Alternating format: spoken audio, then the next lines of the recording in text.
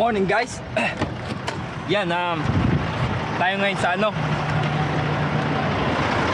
sa Mississippi.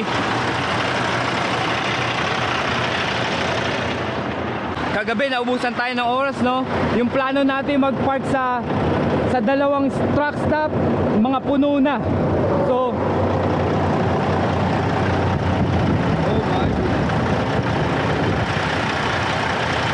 truck mo bago ka umalis or huminto ka ng kasi ganito mangyayari ito, chunk of mahirap to kasi front, so kailangan ko itawag to para mapalitan agad ng as soon as possible. Kung papadala nila ako ng repair dito or papadrive ako nila ng konti pumunta sa sa shop. Kaya importante na checkin mo ang iyong equipment o kahit car o sinasakyan mo sa umaga pagpunta ng trabaho, papunta ng kasi maaari kang makadisgrasya o kayo ang madisgrasya, mas lalo kung may sakay kang mga anak mo or family mo. Kaya checkin nyo yung kahit anong equipment nyo na sinasakyan. Importante yung maintenance ng Ito kagabi lang to, hindi ko alam kung yung may nadaanan akong something na na cut yan, but bago lang yan kasi kasi check ko lang nung pag-alis ko sa Georgia, okay naman lahat ng tires. Ito ngayon tatawag ko ngayon sa dispatch ko.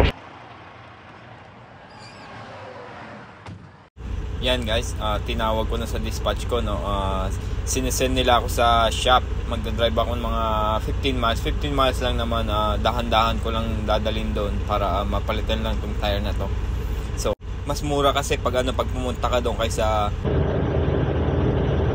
Yan guys, nandito ako ngayon sa shop, kanina nag-pre-trip tayo, na found out natin we got bad tire, steer tire, ibig sabihin sa front, and that thing needs to replace. Hindi pwedeng sabihin na bukas na lang kasi front tire yun, kasi pag sumabog ang front tire, malaking disgrasya or makapatay ka ng tao or ikaw yung madali. Kaya sa lahat ng tires, ang pinaka-importante yung front tires ng truck, kasi mahirap kontrolin pag sumabog ang tire ng front. So yan, dito ako ngayon sa shop. Kaya naghihintay na lang ako yung truck kumaan. 2 truck pa yung yung ahead sa akin, so kailangan ko maghintay hanggang tawagan nila ako.